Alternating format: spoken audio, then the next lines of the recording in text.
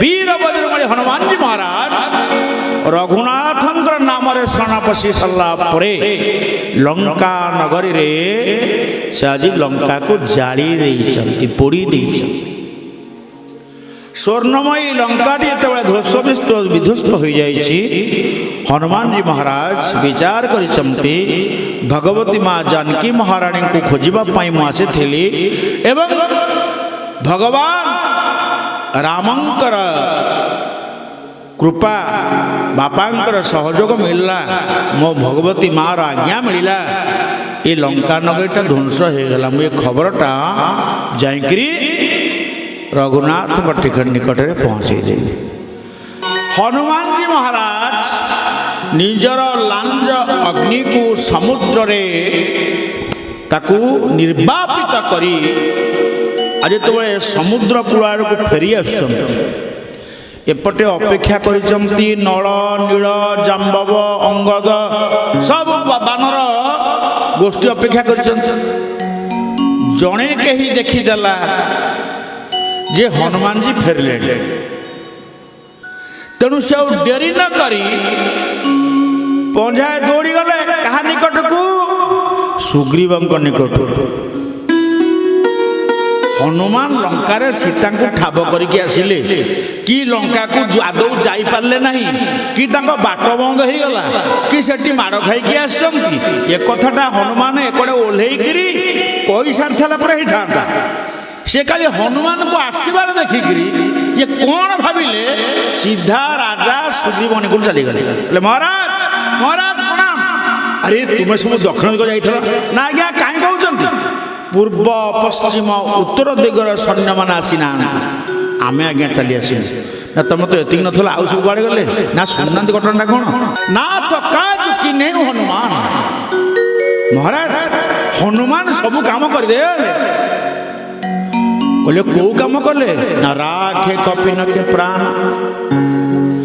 आम कपि मानकर मर्कट मानकर प्राण रक्षा हो गला कहीं कहले सुग्रीव कही जदि सीतांकर खबर मो निकट न पहुंचे ताले समस्त प्राण त्याग करा माने हत्या कर दिया केड़े बड़ घोषणा करा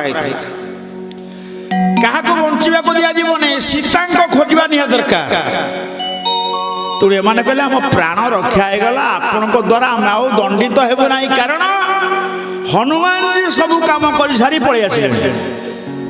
सुग्रीव पचारे हनुमान जी कहती ना से आसुचंती तमें केमी जानिल से काम कले बोलिकी यही सुग्रीव आश्चर्य पचारुला बेले हनुमान जी महाराज भगवान रघुनाथ निकट में पहुंची प्रणाम कले वीर बजरंगबली हनुमान जी भगवान शंकर कहते भवानी तुम मत कौन पचारुच ना स्वामी पचारुची जी कार्यटी हनुमान जी लंकार कले से निजे पर्यंत नीरव राजा आगे हाथ जोड़ी बसिचंती जो मान को लंकार सीता ठाब करवा अक्षय कुमार को विधा मारिबा अशोक वाटिका को ध्वंस करवा एवं लंका नगरी पोड़ी देकरी विभीषण घर को छाड़ी पलि आसवा ये घटना तो से एपटे कही नथिले ये माने केमिति सेठी कहीदेले भगवान शंकर कहते शुण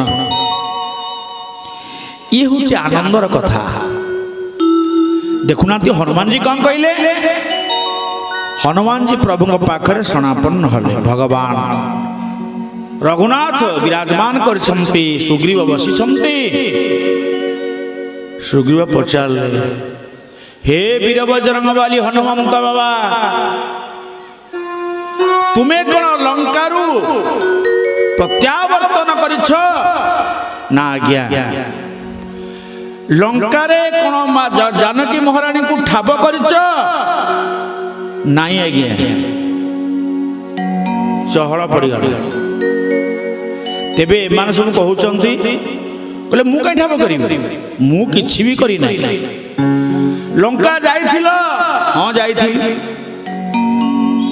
हेटी रावण सहित आज्ञा भेट होईछि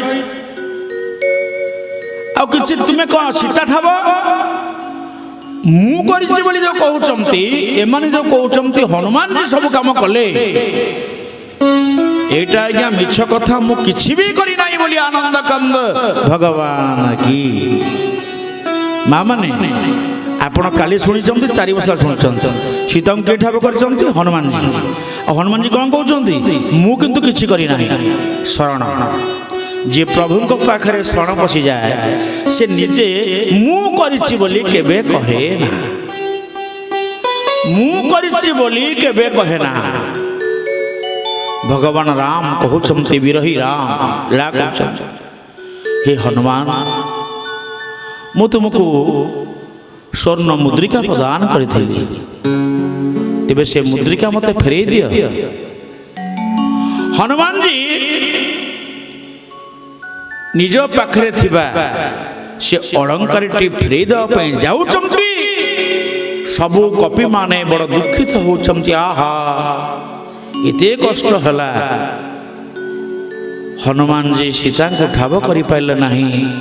ପ୍ରଭୁ ଦେଇଥିବା ସ୍ୱର୍ଣ୍ଣ ମୁଦ୍ରିକା ପ୍ରଭୁଙ୍କୁ ଆଜି ଫେରେଇ ଦେଉଛନ୍ତି। ଭଗବାନ ହାତ ବଢ଼ାଉଛନ୍ତି। ହନୁମାନଜୀ ହାତରେ ଯାହା ଦେଲେ ତାହା କ'ଣ ଥିଲା? ବୋଲିଆ ଆନନ୍ଦ କନ୍ଦ ଭଗବାନ କି। ଭଗବତୀ ମା ଜାନକୀଙ୍କର ମଥାମଣି। ଭଗବାନ ରାମ କହିଲେ, ହନୁମାନ ଇଏ କ'ଣ? କହିଲେ, ପ୍ରଭୁ ମତେ ପ୍ରଶଂସା କରୁଛନ୍ତି, ମୋ ଦୁଃଖ ଲାଗୁଛି। ମୁଁ ଭଗବତୀ ମାଙ୍କୁ ଦର୍ଶନ କରିଛି ଆପଣଙ୍କ କୃପାରୁ, ଆଉ ମୋର ପ୍ରଶଂସା ମୁଁ ଶୁଣିଲି, ମତେ ଦୁଃଖ ଲାଗିଲା, ଏଥିପାଇଁ ମନା କଲି, ମୁଁ କିଛି କରିନାହିଁ।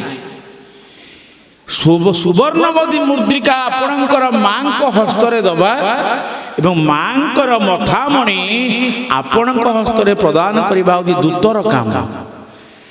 ଏତିକି ଜିନିଷ ଏଠୁ ନେଇ ସେଠି ପହଞ୍ଚିବା, ସେଠୁ ଆଣି ଆପଣଙ୍କୁ ପହଞ୍ଚାଇବା, ଯେତେ ଗୁଡ଼ିଏ କାର୍ଯ୍ୟ ଘଟିଗଲା, ପ୍ରଭୁ ସେସବୁ ମୁଁ କିଛି କରିନାହିଁ। ସୁଗ୍ରୀବ ପଚାରିଲା, ଆଉ ତମ ସାଙ୍ଗରେ କିଏ ଯାଇଥିଲେ ନା? ସେଇ ଉତ୍ତରଟା ଦଉଛି, ଶୁଣ।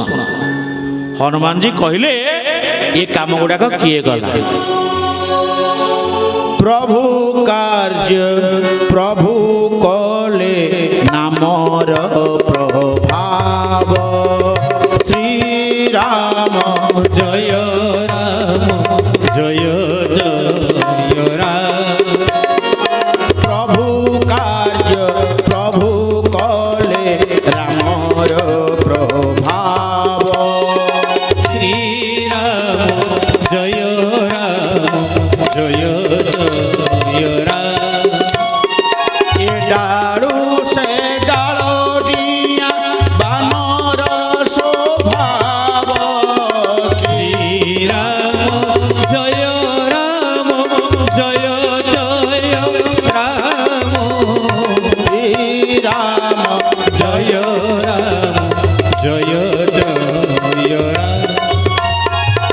କହିଲେ, ପ୍ରଭୁ ଗଛର ଏ ଡାଳରୁ ସେ ଡାଳକୁ ଡେଇଁବା ଗୋଟେ ବାନର ମାଙ୍କଡର ସ୍ୱଭାବ। ସୁବର୍ଣ୍ଣ ମୁଦ୍ରିକା ଆପଣଙ୍କର ଭଗବତୀ ମାଙ୍କୁ ଦବା, ଭଗବତୀ ମାଙ୍କର ମଥାମଣି ଆପଣଙ୍କୁ ଦବା ଭିତରେ ଯାହା ଯାହା କାର୍ଯ୍ୟ ହେଇଛି, ପ୍ରଭୁ କାର୍ଯ୍ୟ ପ୍ରଭୁ କଲେ, ନାମର ପ୍ରଭାବ। ପ୍ରଭୁ ଏ ସେଇ ରାମ ନାମର ପ୍ରଭାବ, ମୋର କିଛି ବି କାମ। ଏ ହେଉଛି ଶରଣାଗତ ବତ୍ସଳ ଲକ୍ଷଣ।